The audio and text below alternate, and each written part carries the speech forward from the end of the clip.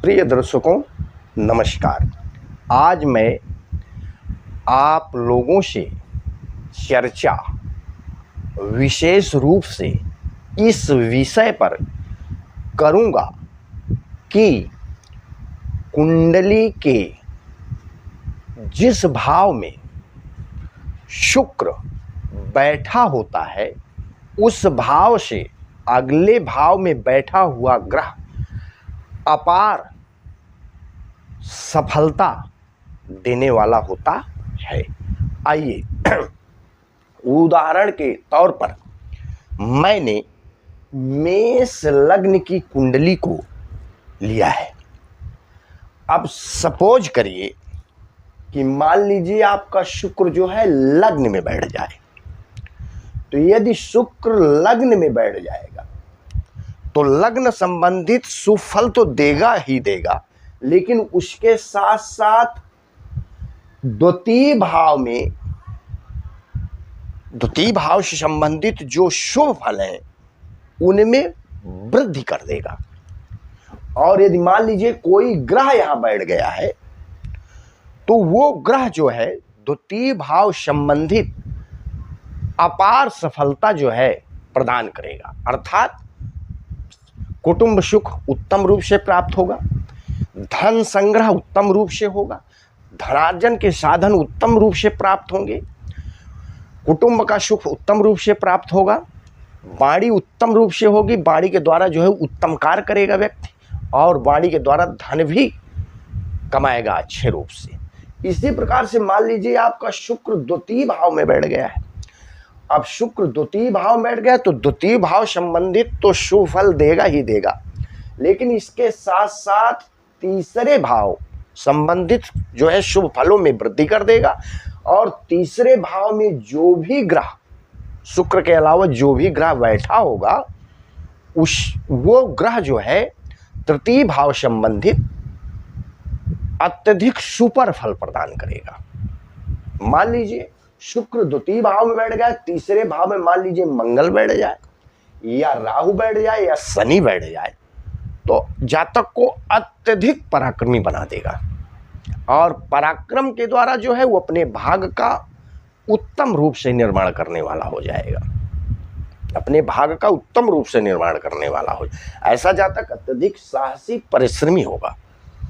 इसी प्रकार से यदि मान लो कोई शुभ ग्रह बैठ गया है तो वो शुभ ग्रह भी पराक्रम भाव संबंधित शुभ फलों में जो है वृद्धि कर देगा। ऐसे जातक को पराक्रम संबंधित तो सुफल प्राप्त ही होंगे, इसके साथ साथ भाई बहनों का सुख भी उत्तम रूप से प्राप्त होगा। इसी प्रकार मान लीजिए शुक्र आपका तीसरे भाव में बैठ गया है, पराक्रम भाव में, तो तीसरे भाव में कोई भी शुभ ग्रह बैठ जाता है तो पराक्रम भाव संबंधी शुभ फल मध्यम रूप से देता है, लेकिन अन्य फल शुभ ही देता है। सहनशील होता है ऐसा व्यक्ति, भाई बहनों का जो सुख है उसको उत्तम रूप से प्राप्त होता है, तीर्थ स्थलों का भ्रमण करने वाला होता है ऐसा जातक धर्म अनुयायी होता है, धर्म के रास्ते पर चलने वाला होता है। लेकिन जब इस भाव में बैठ जाता है तो इस भाव संबंधित शुभ फलों में वृद्धि कर देता है। तो तीसरे भाव में जब शुक्र बैठ जाएगा तो चौथे भाव संबंधित शुभ फलों में वृद्धि कर देगा। अर्थात भूमि भवन वाहन का उत्तम रूप से शुभ जो है सुख प्रदान करेगा और मातृ सुख भी उत्तम रूप से प्रदान। लेकिन मान लीजिए यहाँ पर सपोज करिए मान लीजिए कोई ग्रह बैठ गया है, तो यदि कोई शुभ ग्रह बैठ गया है तो वो शुभ ग्रह सुख भाव संबंधित जो है अपार सफलता प्रदान करेगा, माने उत्तम लग्जेरियस वाहन का सुख प्रदान करेगा, उत्तम मतलब घर का सुख प्रदान करेगा, उत्तम माता का सुख प्रदान करेगा, और उत्तम जो है भूमि सुख भी प्रदान करेगा। माने सांसारिक जितने भी समस्त प्रकार के सुख हैं उनकी वृद्धि कर देगा और उनमें अपार सफलता जो है चौथे भाव संबंधित जातक को प्राप्त होगी। इसी प्रकार से मान लीजिए शुक्र चौथे भाव में बैठ गया है, तो चौथे भाव में वाहन है और शुक्र वाहन का कारक है, तो ऐसा जातक को जीवन पर्यंत वाहन का सुख प्राप्त होता है जब चौथे भाव में शुक्र बैठ जाता है। लेकिन चौथे भाव संबंधित शुभ फलों में तो वृद्धि करेगा ही करेगा, लेकिन पंचम भाव संबंधित मिलने वाले शुभ फलों में अपार सफलता जो है प्रदान करेगा। ऐसा जातक विद्या और बुद्धि के क्षेत्र में जो है श्रेष्ठ सफलता प्रदान करेगा, या बुद्धि और विद्या संबंधित जो शुभ फल हैं उनमें जो है वृद्धि कर देगा। और मान लीजिए कि पंचम भाव में कोई शुभ ग्रह बैठ गया है या कोई पापक ग्रह बैठ गया है, तो वो जो शुभ ग्रह या पापक ग्रह होंगे वो अपनी महादशा अंतरदशा में विद्या संबंधित, विद्या बुद्धि या संतान संबंधित जो भी फल प्रदान करेंगे वो उन फलों से आपको अपार सुख और अपार सफलता की अनुभूति होगी। कहने का मतलब शुक्र जिस भी भाव में बैठता है उस भाव से अगले भाव में भी शुभ फलों की वृद्धि कर देता है, उस भाव से अगले भाव संबंधित जो शुभ फल है उनमें वृद्धि कर देता है। या उन भाव में यदि कोई ग्रह भी बैठा है तो वो ग्रह जो है अपनी महादशा अंतरदशा में उस भाव से संबंधित अत्यंत शुभ फल प्रदान करता है। जैसे मान लीजिए शुक्र चौथे भाव में बैठ गया है, पांचवें भाव में कोई भी ग्रह बैठ जाए तो वो ग्रह जो है अपनी महादशा अंतरदशा में जो है विद्या भाव संबंधित माने विद्या के क्षेत्र में विशेष सफलता प्रदान करता है, बुद्धि के क्षेत्र में विशेष सफलता, संतान के क्षेत्र में विशेष सफलता प्रदान करता है, प्रसिद्धि भी। अब मान लीजिए शुक्र आपका पांचवें भाव में बैठ गया है तो शुक्र पांचवें भाव में भी अच्छा फल देता है, खराब फल नहीं देता है, लेकिन कन्या संतति की जो है वृद्धि करता है। लेकिन अब शुक्र पांचवें भाव में बैठ जाएगा तो छठे भाव के शुभ फलों में वृद्धि कर देगा। लेकिन यदि छठे भाव में मान लीजिए कोई ग्रह बैठा है तो वो ग्रह जो है छठे भाव संबंधित जो मिलने वाले शुभ फल होंगे उनमें वृद्धि कर देगा। अपनी महादशा अंतरदशा में उस भाव से संबंधित जो फल देगा वो श्रेष्ठ फल प्रदान करेगा। तो मान लीजिए पांचवें भाव में बैठ गया तो छठे भाव संबंधित शत्रुमान्य बना देगा। यदि पांचवें भाव में शुक्र बैठता है तो ऐसा जातक शत्रुमान्य हो जाता है।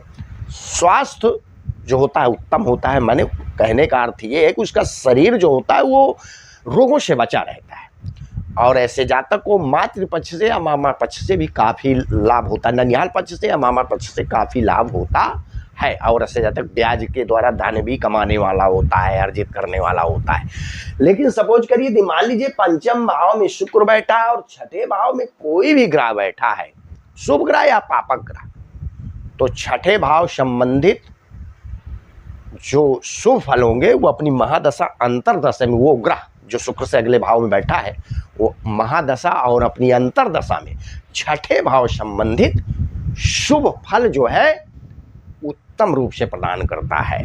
मान लीजिए शुक्र यहाँ बैठ गया है, अब शुक्र से अगले भाव में मान लीजिए मंगल है, शनि है, सूर्य है, राहु बैठ जाए तो ऐसा जातक शत्रुओं का अंत उसी प्रकार से कर देता है जिस प्रकार से सूर्योदय होने के बाद अंधकार का नाश हो जाता है। पहली बात शत्रुमान्य होता है ऐसा जातक। दूसरी बात ऐसा जातक अत्यंत पुरुषार्थी, मेहनती, कर्मठ व्यक्ति होता है और अपने पुरुषार्थ और मेहनत के बल पर जो है श्रेष्ठ सफलता अपने जीवन काल में हासिल करता है और अपार सफलता प्राप्त करता है।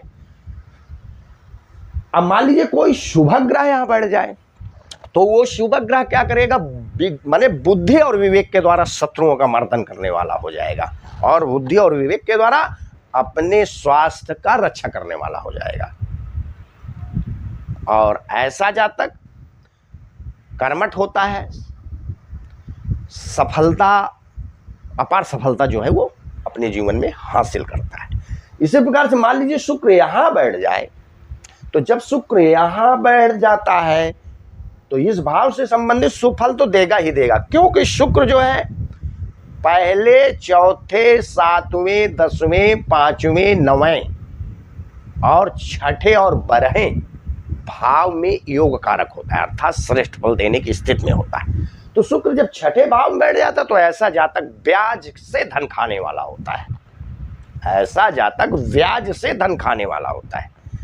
ऐसा जातक अपने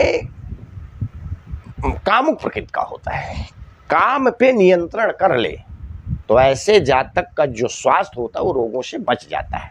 यदि काम पे वो नियंत्रण नहीं करता है तो ऐसा जातक मतलब प्रमेह या गुप्त रोगों को जो है निमंत्रण दे बैठता है, इसलिए उस पर काम पे नियंत्रण करना चाहिए। तो जब छठे भाव में शुक्र बैठ जाता है तो सप्तम भाव संबंधित सुफलों में वृद्धि कर देता है। जब छठे भाव में बैठ जाता है तो सप्तम भाव संबंधित सुफलों में वृद्धि कर देता है। कहने का अर्थ ये है कि जातक को दाम्पत्य को जीवन का जो है उत्तम सुख प्राप्त होता है, स्त्री का उत्तम सुख प्राप्त होता है, ससुराल या स्त्री के पक्ष से जो है उसको काफी धन लाभ भी होता है। और जो जातक की स्त्री होती है वो श्रेष्ठ आचरण वाली होती है, कुशाग्र बुद्धि की होती है और पति के साथ जो है वो हर कार्यों में सहयोग भी करने वाली होती है और धार्मिक प्रवृत्ति की होती है। यदि मान लीजिए छठे भाव में शुक्र बैठ जाए, सप्तम भाव में कोई भी ग्रह बैठ जाए, वो चाहे पापक ग्रह हो चाहे शुभ ग्रह हो, तो वो शुभ या पापक ग्रह अपनी महादशा अंतरदशा में सप्तम भाव संबंधित जो भी शुभ फल जो भी फल होंगे वो शुभ फल होंगे, माने अपार सफलता देने वाले होंगे। तो जब यहां बैठ जाएगा तो ऐसे जातक को ससुराल या स्त्री माध्यम से धन लाभ देगा। यदि शुभ ग्रह होगा, शुक्र से छठे भाव, शुक्र से अगले भाव में, यानी शुक्र मान लो छठे भाव में बैठा है और कोई शुभ ग्रह सातवें भाव में बैठा है, तो वो शुभ ग्रह अपनी महादशा अंतरदशा में सप्तम भाव संबंधित अत्यंत श्रेष्ठ फल प्रदान करेगा, अपार सफलता देने वाला बन जाएगा। कहने का मतलब ससुराल या स्त्री के माध्यम से अपार धन दौलत की प्राप्ति होगी और जातक जो है कि स्त्री जो है श्रेष्ठ आचरण वाली होगी और जातक की स्त्री कुशाग्र बुद्धि की, विवेकवान होगी, पढ़ी लिखी शिक्षित होगी, घर गृहस्थी का संचालन करने वाली होगी और जातक को दैनिक रोजी रोजगार में जो है अच्छी सफलता प्राप्त होगी और मुकदमा आदि के क्षेत्र में जातक को विजय प्राप्त होगी। और यदि मान लो कोई पापक ग्रह बैठ जाएगा तो वो जो है सप्तम भाव संबंधित अपनी महादशा अंतरदशा में श्रेष्ठ फल प्रदान करेगा। मान लीजिए शुक्र सातवें भाव में बैठ गया तो शुक्र सातवें भाव संबंधित तो सुफल देगा ही देगा, क्योंकि शुक्र सातवें भाव में यदि अकेला बैठ जाए तो वो उस भाव का कारक होता है, तो उस भाव से संबंधित मिलने वाले सुफलों में कमी करता है, लेकिन अगले भाव की वृद्धि कर देता है। तो अगले भाव की वृद्धि कर देता है या अगले भाव में बैठे हुए ग्रह अपनी महादशा अंतरदशा में उस भाव से संबंधित श्रेष्ठ फल प्रदान करते हैं। तो सप्तम भाव में जब शुक्र बैठ जाता है तो अष्टम भाव से मिलने वाले सुफलों में वृद्धि कर देगा। ऐसा जातक दीर्घजीवी हो जाएगा, ऐसा जातक दीर्घायु होगा, ऐसा जातक अन्वेषक प्रवृत्ति का होगा, खोजी दिमाग का होगा, ऐसा जातक को गुप्त धन लाभ या वरासत के माध्यम से या भूमि से गढ़ा हुआ धन की प्राप्ति भी हो सकती है और ऐसे जातक को अकस्मात धन लाभ के योग भी बनते हैं। ऐसा जातक जो है आध्यात्मिक चिंतन करने वाला भी होता है, ऐसा जातक आध्यात्मिक चिंतन करने वाला भी होता है ऐसा जातक, और मतलब चोट चपेट दुर्घटनाओं से भी जातक की रक्षा होती है और जातक का जो शरीर होता है वो बड़े रोगों से बचा रहता है।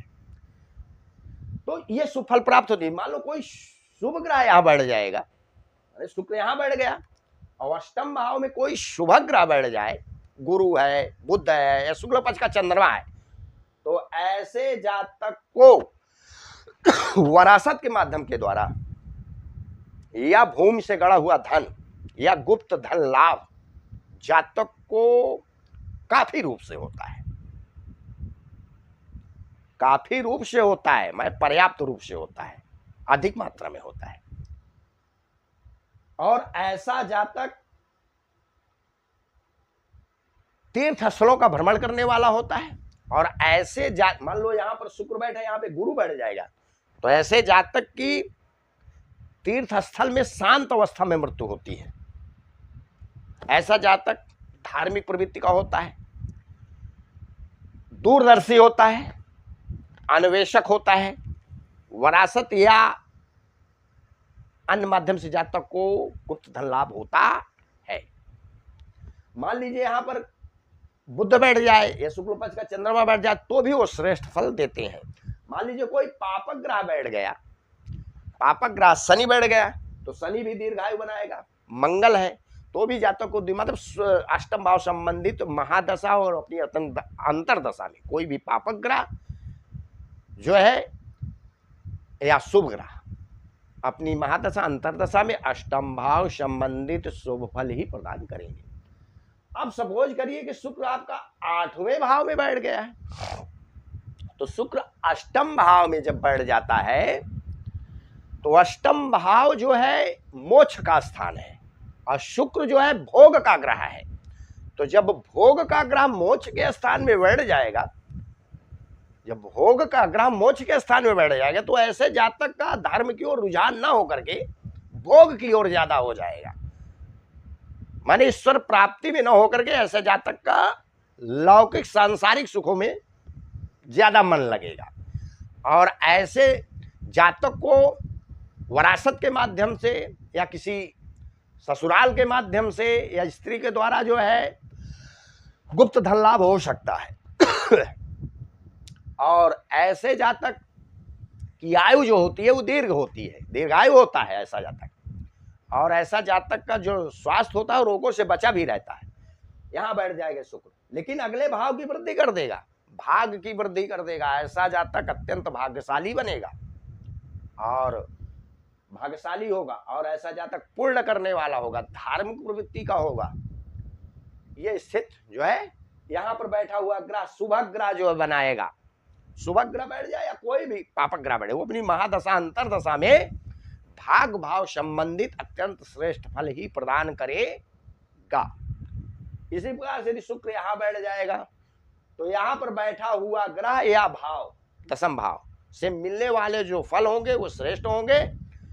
और यदि कोई भी शुभ ग्रह यहाँ शुक्र यहाँ बैठ जाए तो यहाँ पर कोई भी पापक ग्रह या शुभ ग्रह वो दशम भाव संबंधित अत्यंत श्रेष्ठ फल देगा। अर्थात ऐसा जातक कैरियर के क्षेत्र में विशेष सफलता प्राप्त करने वाला होगा।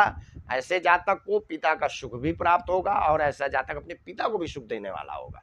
पिता से संबंध अच्छे रहेंगे और यश कीर्ति ऐश्वर्य से ऐसा जातक युक्त होगा। श्रेष्ठ कर्म करने वाला ऐसा जातक बन जाएगा। ये फल मिलेंगे। मान लो शुक्र दशम भाव में बैठ जाए तो एकादश भाव संबंधित शुभ फल देगा, या एकादश में भाव में कोई भी पापक ग्रह शुभ ग्रह बैठ जाए तो अपनी महादशा अंतरदशा में शुक्र से एकादश भाव से संबंधित शुभ फल ही प्रदान करेगा। शुक्र जब दशम भाव में बैठ जाएगा और एकादश भाव खाली हो या मान लो कोई पापक ग्रह शुभ ग्रह बैठा है तो अपनी महादशा अंतरदशा में अत्यंत श्रेष्ठ फल प्रदान करेगा। ऐसे जातकों को अनेक प्रकार की वस्तुओं का लाभ होगा, वाहन लाभ, भूमि भवन आदि का लाभ होगा। ठीक है। इसी प्रकार यदि शुक्र 11वें भाव में बैठ जाएगा तो 12वें भाव संबंधित अत्यंत श्रेष्ठ फल प्रदान कर देगा। ठीक। या कोई ग्रह 12वें भाव में बैठा है, शुक्र से दूसरे भाव में बैठ गया, मान लो शुक्र 11वें में बैठा है और कोई पापक ग्रह शुभ ग्रह 12वें भाव में बैठ गया है तो अपनी महादशा अंतरदशा में व्यय भाव से संबंधित अत्यंत श्रेष्ठ फल प्रदान करेगा जो आपके उन्नति में सहायक होगा। ठीक है। इसी प्रकार से यदि शुक्र 11वें भाव में बैठ जाएगा तो 12वें भाव संबंधित श्रेष्ठ फल प्रदान करेगा। वो चाहे भाव हो और चाहे उसमें कोई भी बैठा हुआ ग्रह हो, वो ग्रह जो है उस भाव से संबंधित मिलने वाले शुभ फलों में वृद्धि कर देगा और पाप फलों में कमी कर देगा। मेरी वीडियो यदि अच्छी लगी हो तो कृपया मेरे चैनल को लाइक शेयर एवं सब्सक्राइब कीजिए ताकि जो भी मैं नई वीडियो अपलोड करूं उसकी नोटिफिकेशन आप लोगों को समय समय पर प्राप्त होती रहे। धन्यवाद।